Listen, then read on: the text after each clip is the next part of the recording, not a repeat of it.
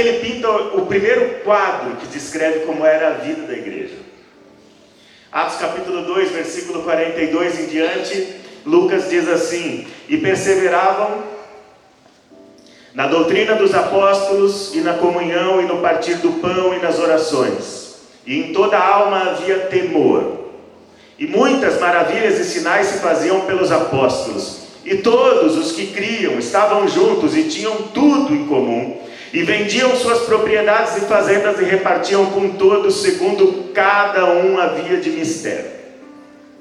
E perseverando unânimes todos os dias no templo, e partindo o pão em casa, comiam juntos com alegria e singeleza de coração, louvando a Deus e caindo na graça de todo o povo. E todos os dias acrescentava o Senhor à igreja aqueles que se haviam de salvar. Por um lado, hoje é o dia mais importante da vida de vocês que estão se batizando, tá? Hoje, por um lado, é o dia mais importante da vida de vocês. É o dia que serve como divisor de águas, publicamente, através da declaração pública e dramatizada, porque o que vocês vão fazer aqui é uma dramatização daquilo que vocês creem que já aconteceu em vocês, por meio de Cristo. A morte, a identificação com Cristo em sua morte na cruz, e a sua identificação com Ele em sua ressurreição para uma nova vida. Portanto, no batismo nós declaramos pública e dramaticamente que nós nos identificamos com Cristo em sua morte, no nosso lugar, pelos nossos pecados, para trazer remissão pelos nossos pecados, e nos identificamos com Cristo em sua ressurreição, declarando que nós estamos ressurgindo para uma nova vida, uma vida que agora não é mais vivida no poder, na autoridade, na obediência à carne, mas no poder, na autoridade e na obediência a Cristo, esse novo senhorio estabelecido sobre a nossa vida. Então, hoje é um dia que pode ser chamado do dia mais importante da sua vida com Deus, mas também pode ser chamado do dia menos importante da sua vida com Deus. Porque o que importa é o que vai acontecer a partir de agora, entre você e Deus, entre você e a palavra de Deus, entre você e os mandamentos de Cristo, entre você e a família de Deus, que é a igreja de Jesus Cristo, seus irmãos e suas irmãs, todos aqueles a quem Deus deu o direito de serem chamados filhos de Deus, por causa da fé em Cristo. Você tem a obrigação de chamar de teus irmãos e tuas irmãs. Assim como nascer fisicamente, 48 anos atrás, foi a coisa mais importante que aconteceu na minha vida por um lado, e também foi a coisa menos importante, porque o que importa é tudo que veio depois disso. E o que é que tem que vir depois disso? Bom, no meu caso, 48 anos depois, eu posso dizer uma coisa com certeza para vocês: eu cresci. Para cima, para os lados, para frente tenho crescido mais. À medida que parei de crescer para cima, tenho crescido para frente. O que é um problema grave, né? É sério isso. Se tem uma coisa que tem que acontecer na sua vida a partir de hoje, em nome de Jesus, é crescer. Se eu tivesse de dar um único conselho para vocês aqui, que estão descendo as águas hoje, se eu tivesse de dar um único conselho, o meu conselho seria: cresça. Agora, como é que a gente cresce? Porque se tem uma tragédia que pode acontecer, talvez uma das piores tragédias que pode acontecer na vida de uma pessoa, e de um cristão sobretudo, é não crescer. Agora, como é que a gente pode crescer? Essa passagem, esse quadro que Lucas descreve sobre a igreja do livro de Atos, essa igreja em Jerusalém, a igreja que era orientada, pastoreada pessoalmente pelos apóstolos, que teve o privilégio de conviver com esses homens que conviveram com Cristo, cheios do poder e da autoridade do Espírito Santo, curando doentes, expulsando demônios, anunciando a palavra, sofrendo perseguição pelo poder do Espírito Santo. Nesse quadro que Lucas descreve para a gente, o que a gente aprende é que Deus dá para a igreja meios de crescimento.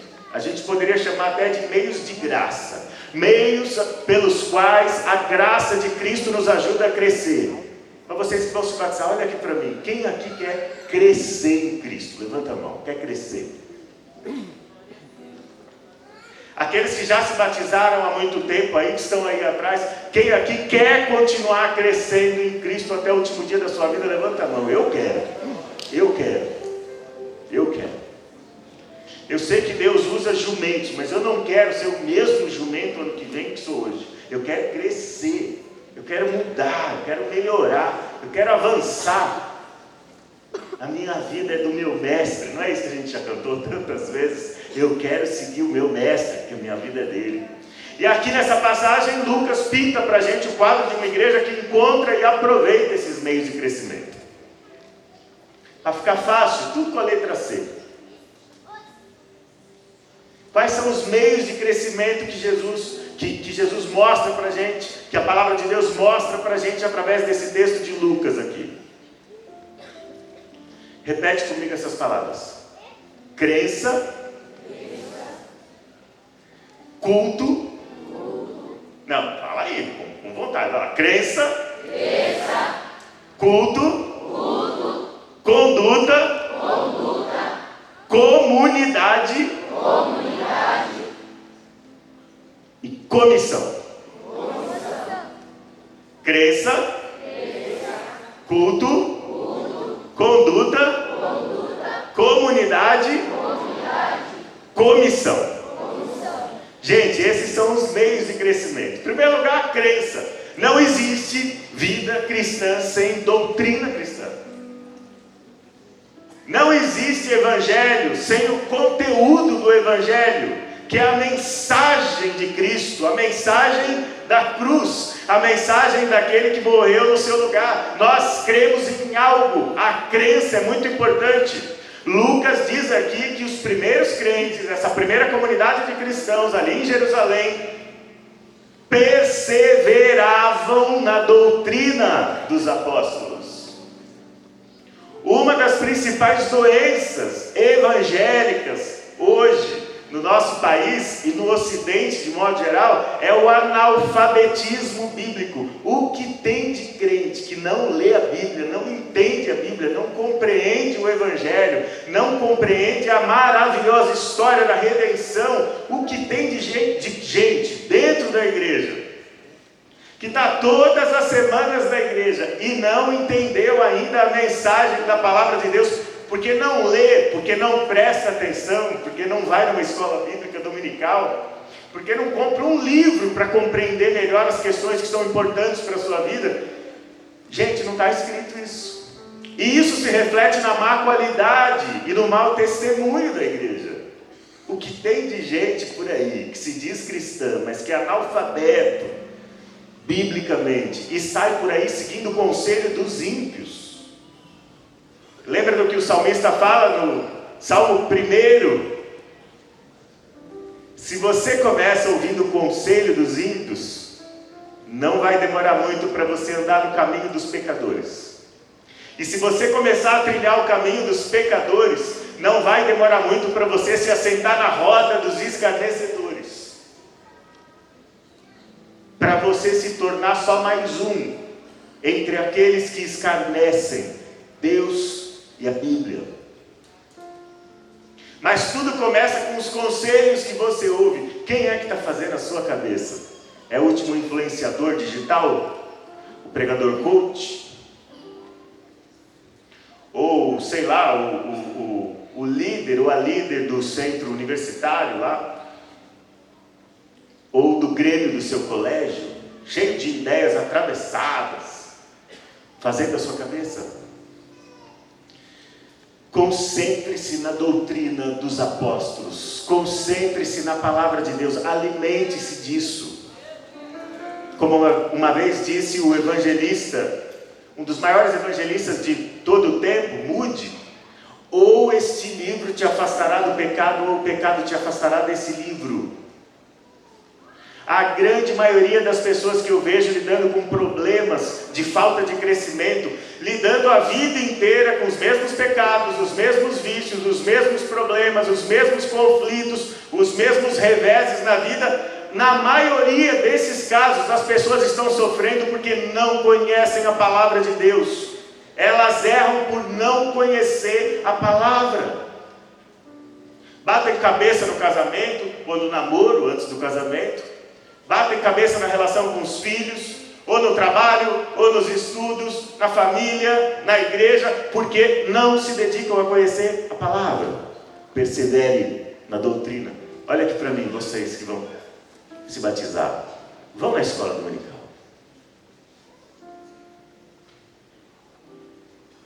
Leiam a Bíblia todos os dias. Se há questões angustiando seu coração e sua mente, relacionadas a qualquer assunto que para você é importante, procure uma mentoria de alguém, um professor de escola dominical, seu pastor, seu líder de ministério, fala, eu preciso estudar mais sobre isso. Ele vai te indicar um livro, um canal na internet para você assistir, material de qualidade, com conteúdo, mas você precisa lavar a sua mente com a água da palavra de Deus. É a crença, é a doutrina, é a fé. Mas a vida cristã não é só acreditar em alguma coisa. Vida cristã não é só crença, não é só confissão de fé. Vida cristã também é conduta. É por isso que Cristo é a verdade, mas também é o caminho. Mas também é a vida. É por isso que os autores do Novo Testamento estão o tempo todo convocando os crentes a andar no Espírito, a andar com Cristo, a andar na fé, a andar na luz, porque vida cristã é andar, não tem a ver só com o que você fala, não tem a ver só com o que você canta, não tem só a ver com o que você ouve ou lê, tem a ver com como você vive. E aqui Lucas diz pra gente que em cada alma havia temor, e eles eram guiados pelo temor de Deus, que o livro de Provérbios fala que o temor do Senhor é o princípio da sabedoria. Quer viver uma vida sábia? Quer viver uma vida reta? Viva uma vida orientada pelo temor de Deus. Eu não estou falando de medo de Deus, tá? Não estou falando de medo de um personagem celestial que é um carrasco e está prestes a castigar você o tempo todo. Eu estou falando de temor do Senhor, um desejo ardente no seu coração de agradá-lo, de viver para Ele, de fazê-lo sorrir, de receber o aplauso do céu e não dos homens.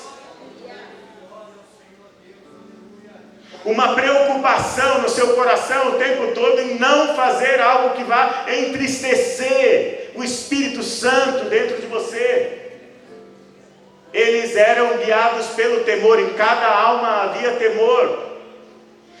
E para eles a fé em Cristo, para essa comunidade aqui que Lucas está descrevendo para a gente, a fé em Cristo não era uma questão de palavras, mas de fato, de ação. A comunhão para eles não era uma comunhão de palavras, mas de fato, de ação. Eles estavam todos os dias juntos, eles punham à disposição da igreja alguns dos seus bens, para que cada um dos irmãos fosse assistido em suas necessidades.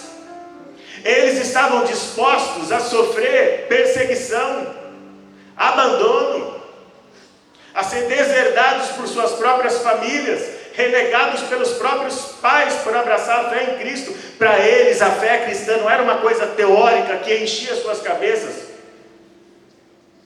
Para muitos de nós a fé cristã e a vida cristã se resume a ficar assistindo vídeos na internet, a ficar aplaudindo cantores e pregadores e músicos, mas nunca viver aquilo que a gente canta.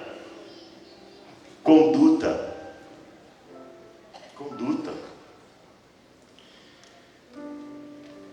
Além da crença e da conduta, o culto.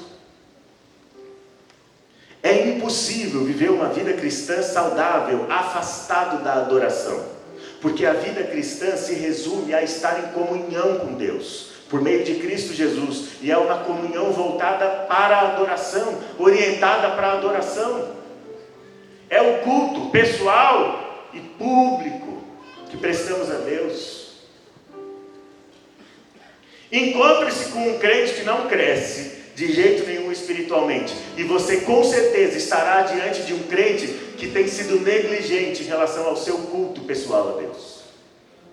Eles estavam todos os dias juntos. Não tinha um templo cristão. Então eles estavam todos os dias no templo. Eles iam para o templo todos os dias. Se encontrar lá, se reunir lá nos átrios do templo. Adorar a Deus lá. Eles estavam sempre em oração, louvando a Deus, é o que Lucas diz aqui, com alegria no coração e com singeleza ou sinceridade de coração, o tempo todo. Não seja negligente com a sua vida pessoal, com a sua devoção pessoal a Deus, senão você não vai crescer e não vai funcionar. Olha aqui, ó, não vai funcionar você querer nadar com Cristo sem uma vida pessoal, diária, cotidiana de adoração a Cristo. Quando Deus manda Moisés falar para Faraó: libere o meu povo, porque eu quero que o meu povo vá ao deserto para fazer o quê? Para me adorar. Moisés, Arão vão diante de Faraó dizer para ele: olha, Deus está mandando um recado, Ele quer que você libere o povo, para o povo ir para o deserto adorar. Deus te chama para uma vida de adoração, Deus te chama para uma vida de comunhão. Jesus disse para a mulher samaritana ali na beira daquele tanque, Ele falou: o Pai procura, o que é que o Pai procura? Adoradores. O Pai procura adoradores.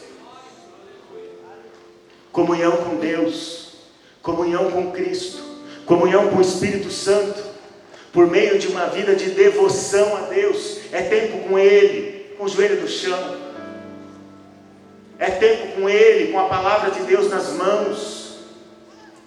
É tempo com Ele no carro, indo para o trabalho ou para a escola. É tempo com Ele, é uma mente consagrada a Ele. Não se amoldem aos padrões desse mundo, não é o que o apóstolo Paulo fala em Romanos capítulo 12, mas sejam moldados em sua mente. E é pela palavra que somos moldados.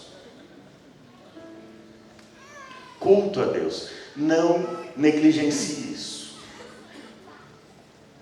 Toda vez que eu me deparo na minha vida, ou na vida dos meus irmãos, com problemas crônicos, que não se resolvem por nada, por detrás daquilo há negligência. Está faltando comunhão com Deus. Você se tornará parecido com aquilo para o que você está apontado.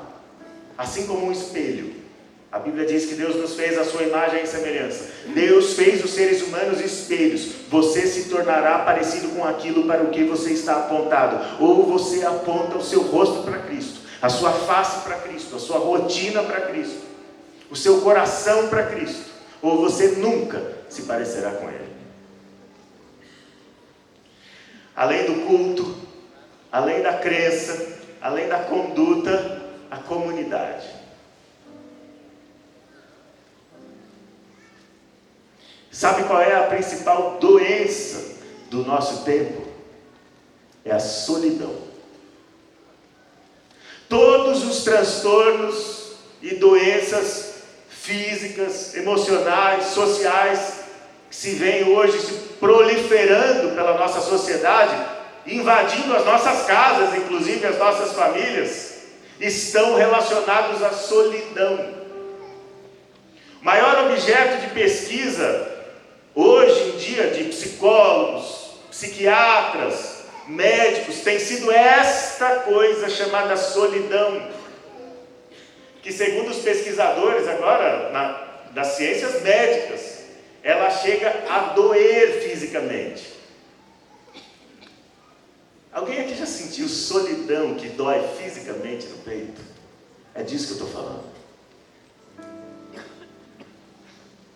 A igreja de Cristo é relevante no mundo por muitas razões. Mas talvez na nossa geração, na geração de vocês aí, talvez na nossa geração, a maior relevância da igreja de Cristo esteja justamente nisso. Nesse sentimento de comunidade, de pertencimento, de família, de saber que você tem alguém com quem se encontrar e que encontrará você, alguém para quem olhar e que vai olhar você, alguém que você pode ouvir, que também vai ouvir você. A igreja precisa ser essa comunidade. Onde ela estiver não interessa, ela precisa ser essa comunidade. A gente vive na era da comunicação, mas da total falta de comunhão. Você pode ter 5.000 amigos no seu Facebook e está se cortando lá em casa, no banheiro de casa sozinho, sem que ninguém saiba, sem que ninguém veja. Essa tem sido a realidade, e vocês sabem disso. Especialmente jovens e adolescentes que estão se submetendo ao batismo aqui hoje. Vocês sabem disso, porque na escola de vocês está cheio de gente assim, popular na internet, e afundando na solidão, na sua vida pessoal. Eles estavam juntos. Não se afaste dos seus irmãos. Se você passou por um grupo de discipulado para descer as águas aqui, eu digo para você, não se afaste dessas pessoas que estudaram a Bíblia com você. Não se afaste. E é necessário esforço, é necessário dedicação, é necessária renúncia, é necessária consagração para isso. Mantenha as suas amizades espirituais, porque no fim das contas, elas vão sustentar você. Não adianta você se preocupar só em congregar numa igreja que a música é boa, que a pregação é excelente, ou até mesmo bíblica. É legal isso, é excelente, é necessário, é essencial. Mas se você não se relacionar com ninguém na sua comunidade, eu estou falando de relacionamento de verdade, de amizade, de confidência, de confissão de pecado, de oração junto, de lágrimas. A comunhão para esses primeiros crentes aqui não era só uma comunhão do bem, da selfie. Era uma comunhão de bens, inclusive. E quando a gente fala no bolso, a gente está falando do órgão mais sensível, não é? Dos seres humanos hoje. Nada dói mais para a gente que o bolso, né? A comunhão deles era uma comunhão de bolso também. Custava para eles muita coisa. Eu preciso dizer para você, aquilo que não te custa nada, também não vale nada. Comunhão custa caro, mas pague o preço. Crença, culto, conduta, comunidade, e o resultado de tudo isso? Crescimento, a partir da obediência à comissão. Lucas fala que todos os dias o Senhor ia acrescentando aqueles que criam em Cristo à comunidade, e a comunidade crescia cada vez mais. Era um grupo de 120 pessoas orando juntas, receberam o poder do Espírito Santo, e a promessa que Jesus tinha feito para eles foi essa: vocês receberão o poder do alto e vão se tornar testemunhas. É para isso. Poder de Deus não é para você ficar fazendo aviãozinho só, não é só para o reteté. Não tenho nada contra o aviãozinho, tá bom? Não tenho nada contra o reteté. Eu oro em línguas, isso é maravilhoso. Mas o poder de Deus é para a gente ser testemunha e cumprir a grande comissão, é cumprir a missão, e a missão é: vão e façam discípulos de todas as nações, batizando-os em nome do Pai e do Filho e do Espírito Santo, e ensinando-os a guardar tudo aquilo que eu ensinei a vocês. A grande comissão da igreja de Cristo é o discipulado. A igreja de Cristo cresce por meio do testemunho. E aí o desafio serve para todos nós que estamos aqui hoje, mas eu vou falar em especial com vocês de novo que estão se batizando. Vocês que estão se batizando. Quem aqui entre vocês conhece alguém que não conhece a Cristo? Levanta a mão. Levanta a mão, vai levantar aí, coragem. Conhece alguém que não conhece a Cristo? Conhece? Levanta a mão. Quem conhece alguém que não conhece a Cristo? O que é que você está fazendo a respeito? Agora eu não quero que você responda para mim, porque eu quero que você responda para Cristo e para o Espírito Santo que está falando com você. Você tem orado por essa pessoa? Você tem apresentado essa pessoa a Deus? Você tem pedido para Deus uma oportunidade concreta para você compartilhar o Evangelho com essa pessoa? Para ela conhecer a tão grande salvação que alcançou você? A igreja de Cristo aqui no livro de Atos crescia vertiginosamente, de 120 pessoas para 3.000, depois 5.000 pessoas, e não parava de crescer. E em uma geração o Evangelho alcançou todo mundo conhecido da época. Um só homem, o apóstolo Paulo, viajou mais de 32.000 quilômetros e levou o Evangelho pessoalmente para todas as grandes cidades do mundo da sua época, e ele fez isso em 15 anos. Mas eu estou falando para você, o mundo começa aí, nessa pessoa que você lembrou, que você conhece, que não conhece a Cristo. Peça para Deus o coração dessa pessoa.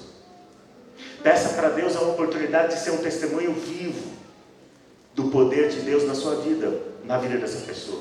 Peça para Deus a chance de poder compartilhar com ela, nem que seja em poucas palavras, num momento, a maravilhosa mensagem do Evangelho, de que Cristo morreu por ela, para promover perdão para todos os seus pecados, para redimi-la e para dar a ela uma nova chance, a chance de uma vida nova, de uma vida ressurreta, de uma vida glorificada em Cristo pelo poder do Espírito Santo. E leva ela para a tua igreja.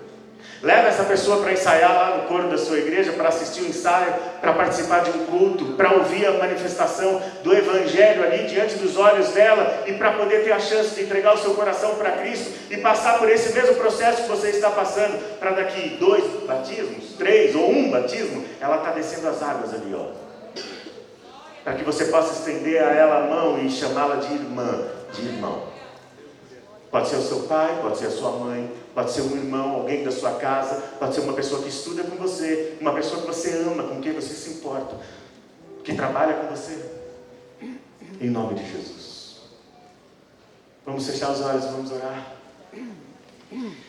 Deus, eu te louvo pela vida de cada um dos irmãos que estão aqui hoje, Pai. Especialmente daqueles que estão aqui vestidos de branco à minha frente, porque passarão pelas águas do batismo, porque entregaram sua vida a Ti em algum momento, e porque receberam de Ti essa nova vida que os faz estar aqui hoje pela manhã, entregues a Ti, Senhor, para declarar publicamente, dramaticamente aqui, nesse tanque batismal, que eles estão identificados com Cristo em sua morte e em sua ressurreição, que eles estão dispostos a viver uma nova vida de morte para o pecado e de poder de ressurreição para Cristo, uma vida de consagração, uma vida de comunhão contigo, uma vida estabelecida na sua palavra, fundamentada, Senhor, e alicerçada na sua palavra, na crença, na fé deles, Pai.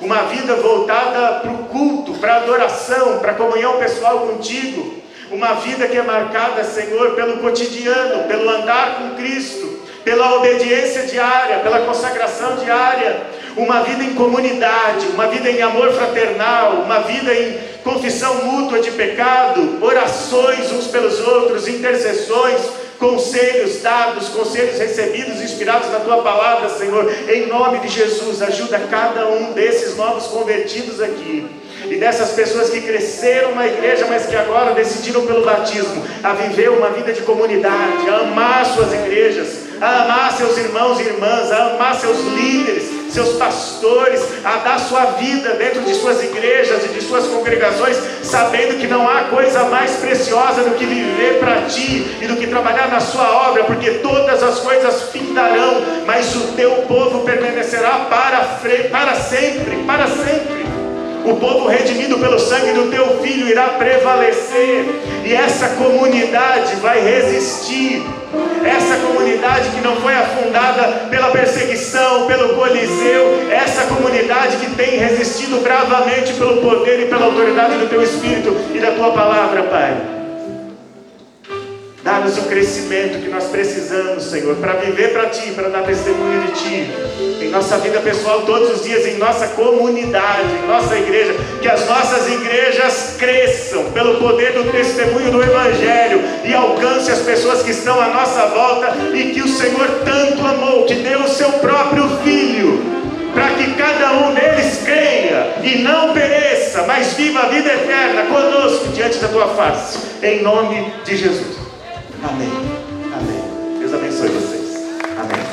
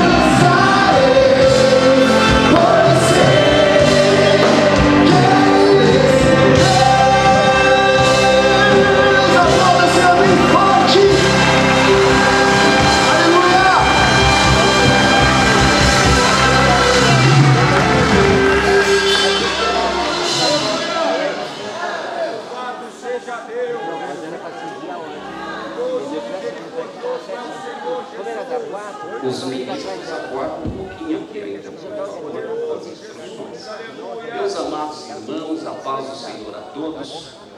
podem tomar os vossos assentos, com exceção dos candidatos ao batismo. Amém?